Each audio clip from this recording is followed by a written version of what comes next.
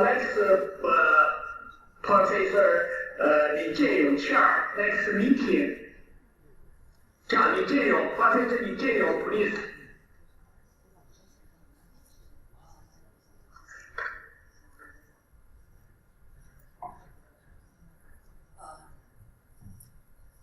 Good morning and good afternoon, everyone. It's my great honor to host the first report, the first speaking Professor Hallek is the director of Department of International Medicine, the University Hospital of Holland, and is the chair of the iwCLL. Now, let's welcome Professor Hallek.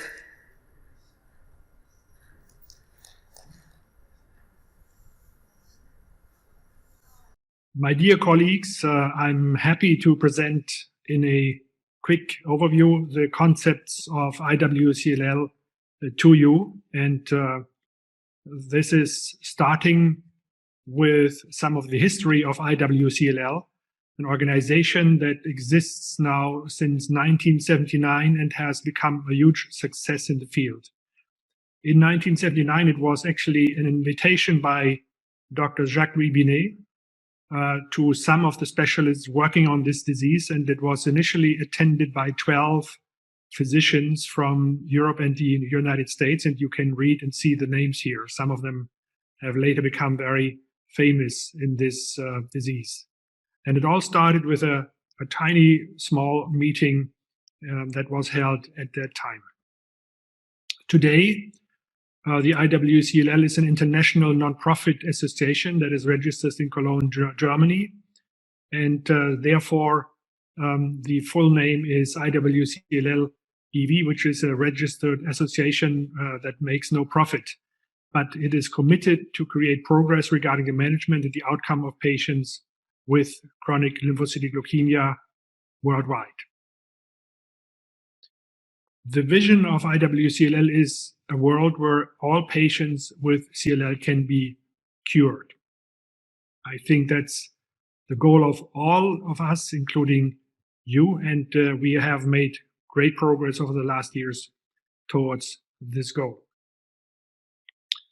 Our mission is that we create progress regarding the management and outcome of patients with CLL worldwide, which means also that we like to entertain a dialogue with our colleagues in your country, in China, and in the rest of all the other countries in the world, to actually make it possible that CLL patients are diagnosed correctly and treated with the best possible therapies everywhere.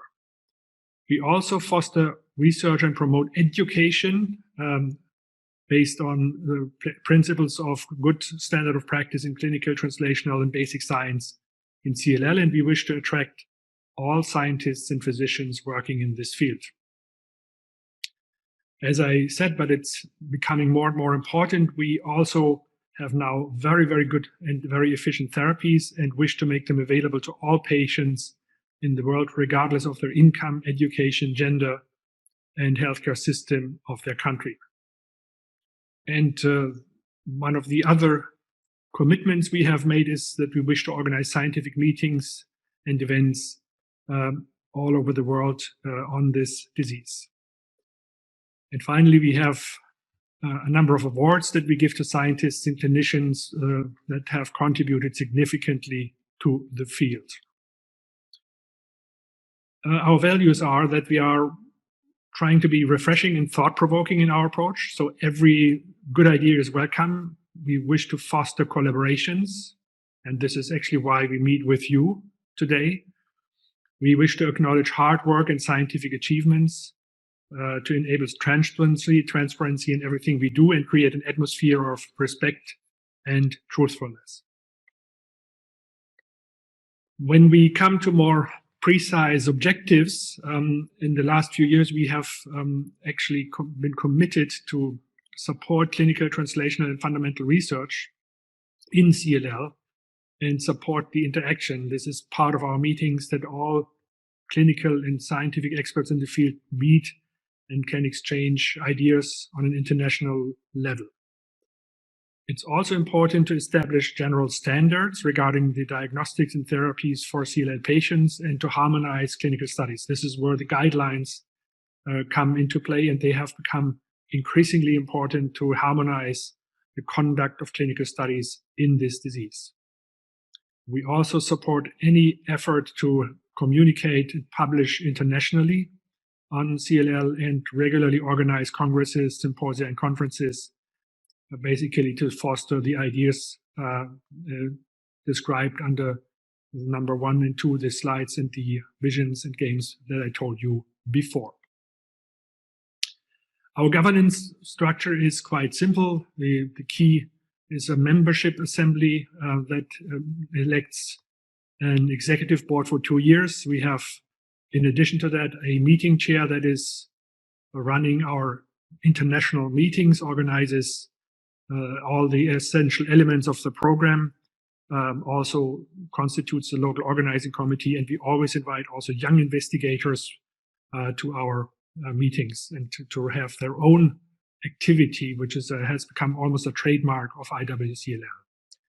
And then we have a number of subcommittees. The most relevant one is probably the subcommittee for the guidelines. The iwCLL guidelines have now become a standard textbook almost to run international trials and to also help physicians and companies to register their drugs according to defined and internationally accepted rules and standards. So I think the value of the guidelines cannot be underestimated, because they probably have allowed to develop several new agents in the field of CLL over the last decades.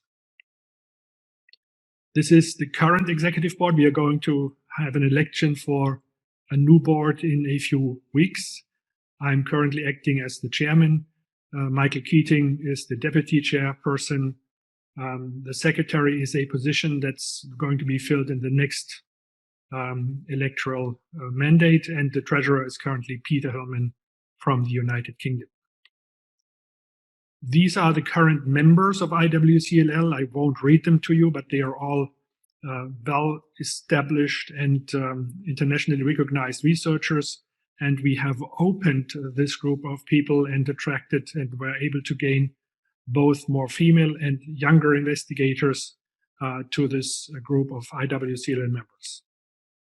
This is the meeting that we had with most of those members in Edinburgh at our last meeting. And as you can see, it's a happy group interacting in a very friendly and respectful way amongst each other. And I think that is a spirit that iwCLL wishes to stand for. Overall, the biannual meeting is attracting people from many countries. The last meeting was on 48 countries, was run for 4 days, and is only focusing on one disease. So it allows to really get up to speed at a short time on everything that is relevant for treating CLL. Our next meeting is planned to be held in Krakow. We are currently deciding to hold this meeting either in a virtual basis or later next year in 2022 due to the coronavirus crisis. But in any case, we are already grateful for the big and very important work that Tadeusz Robak has put into this meeting. And of course, we all hope that we can meet with you personally after having overcome the current COVID-19 crisis that the world is facing. Future initiatives that can actually help us to get in dialogue with you could be biannual meetings in context with local partner organizations such as China, but we also were discussing that with Latin America. And that could be in the years between the iwCLL international meetings. And we will create new subcommittees on disparity. I think that's a very relevant feature, that we make sure that the best treatment opportunities are available to all patients in the world, to harmonize the guidelines, to run specialized scientific conferences on educational content, we will and already are optimizing our website. And most importantly, we have created a committee for international affairs that will allow to interact with you, for example, in a more structured and more regular way. So with this, I hope that I could get you interested in cooperating with iwCLL. Thank you very much for giving me the opportunity to quickly outline what iwCLL is about. It's about bringing progress on CLL in the world and to exchange good ideas with the Chinese working group on CLL. And I'm happy to take any questions that you might have. Thank you very much.